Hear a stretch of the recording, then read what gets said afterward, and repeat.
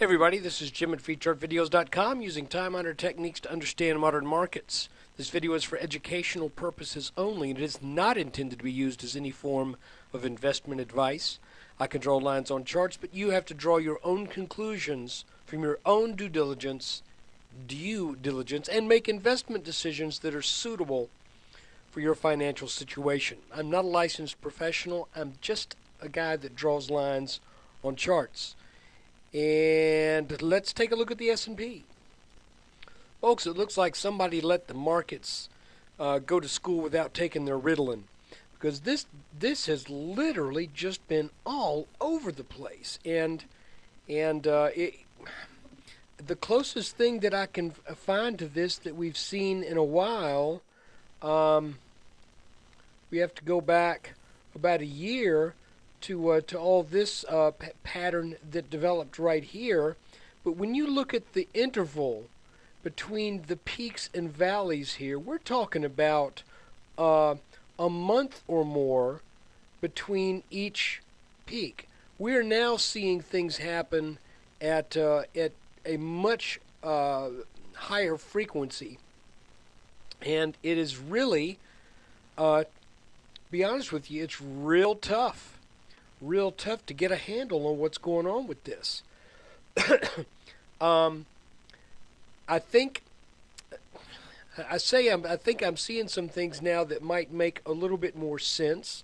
Sometimes when you see a pattern that starts to develop, you get a pretty good feel for it, and then all of a sudden something happens that makes you go, wait a minute, maybe that's not what it is.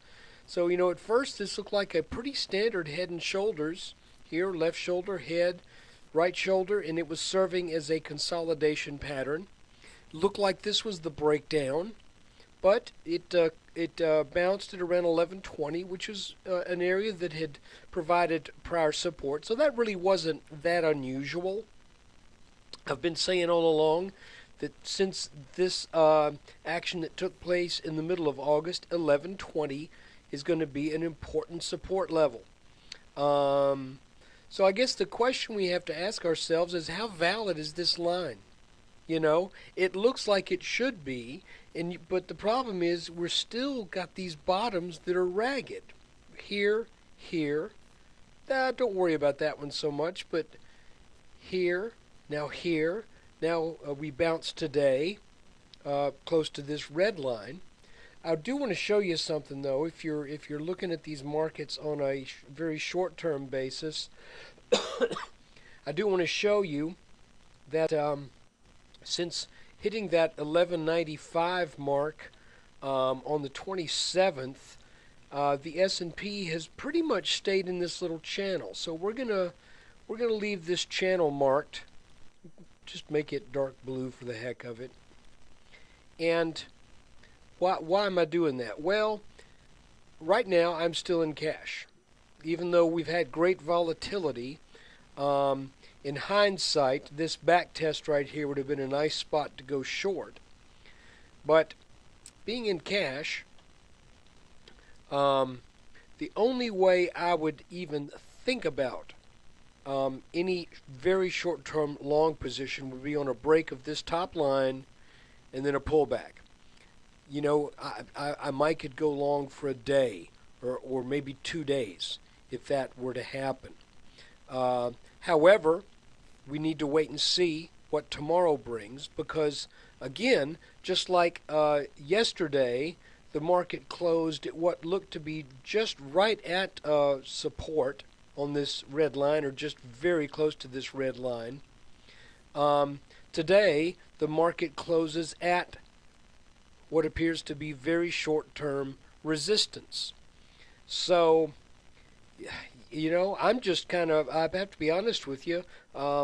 Here I am now finally launching my website as a subscription service, and with all the good calls, all the excellent calls that I'd made all through this area right here as the markets were heading up. Great calls in the S&P, great calls in the Russell and all that good stuff. Now we're just stuck in this area that's just making it extremely difficult to get a handle on what is going on. One of the observers at our forum said this. It's interesting that all of this past couple of months, almost 2 months, fits a rounding pattern like an inverted bowl, and it sure does. So, we don't know if that's going to hold up or whether we bust on up out of that tomorrow. It could happen. Another thing that's interesting is when we look at this pattern, we've got this red line that is resistance and this green line that is resistance.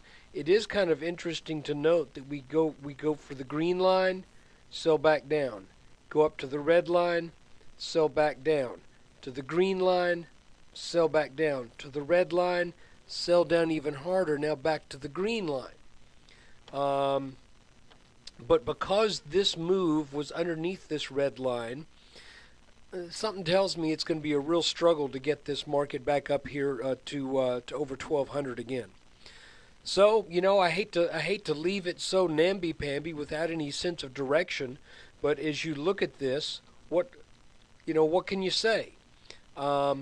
It looks like we might be in for potentially a short-term bounce if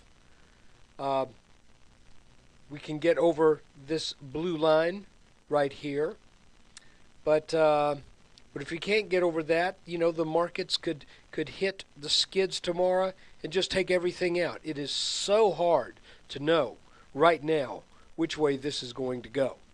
I can tell you that when it goes, if it breaks to the bottom, then I'm thinking we are going down to at least 1050 and probably to test the low 1020s. I just think the low 1020s are well, it's a good way to put it.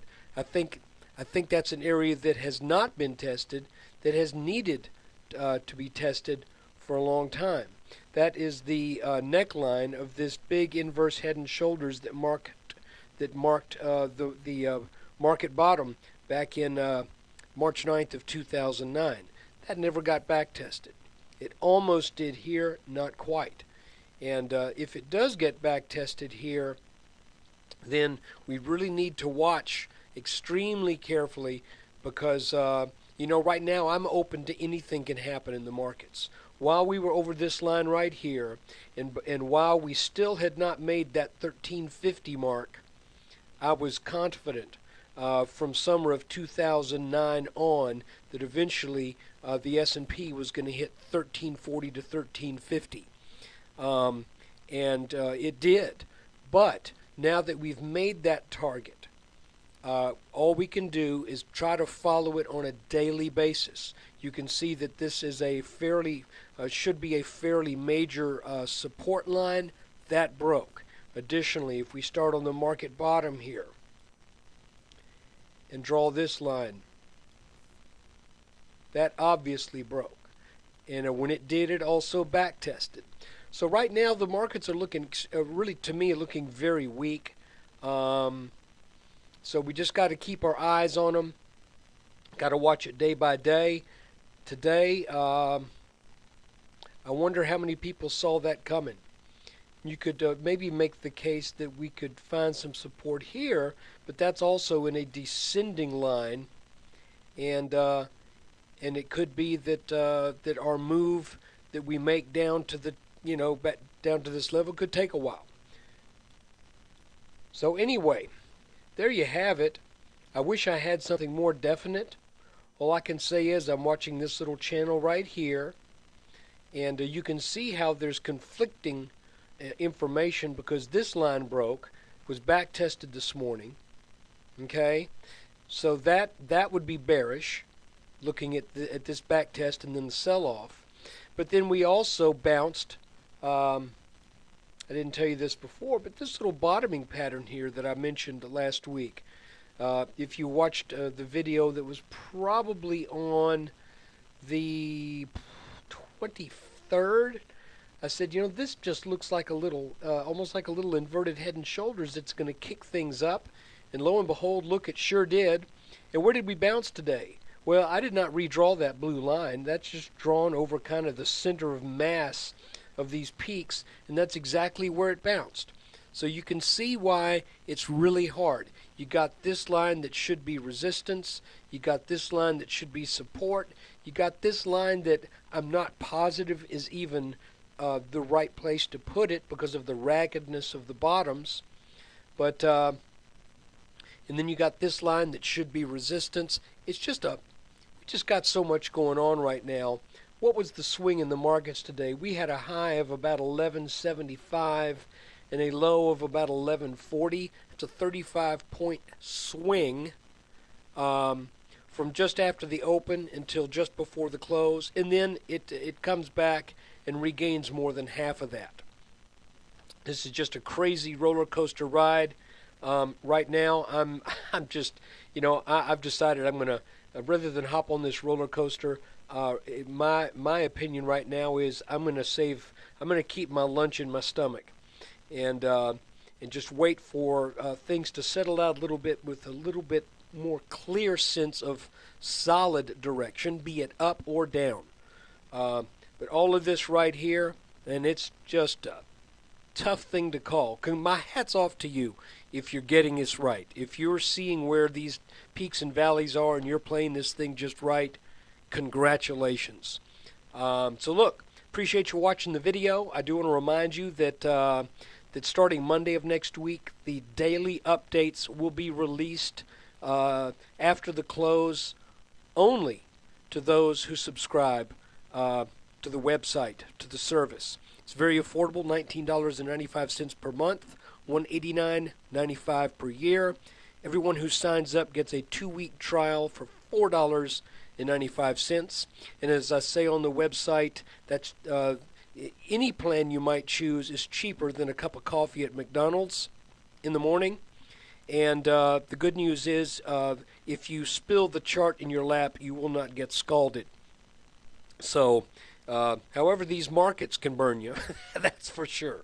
So look, take care. Please consider signing up, and hopefully once we get out of this pattern, we'll start getting a little bit clearer sense of direction, and we'll begin to pick up on some clearer clues.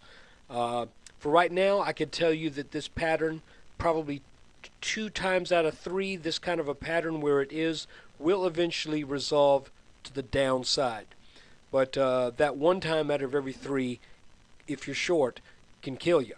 So let's just watch it together. Thanks again for watching the video, and when you get a chance, please come spend a little time at freechartvideos.com, soon to be called SP500chart.com. Take care.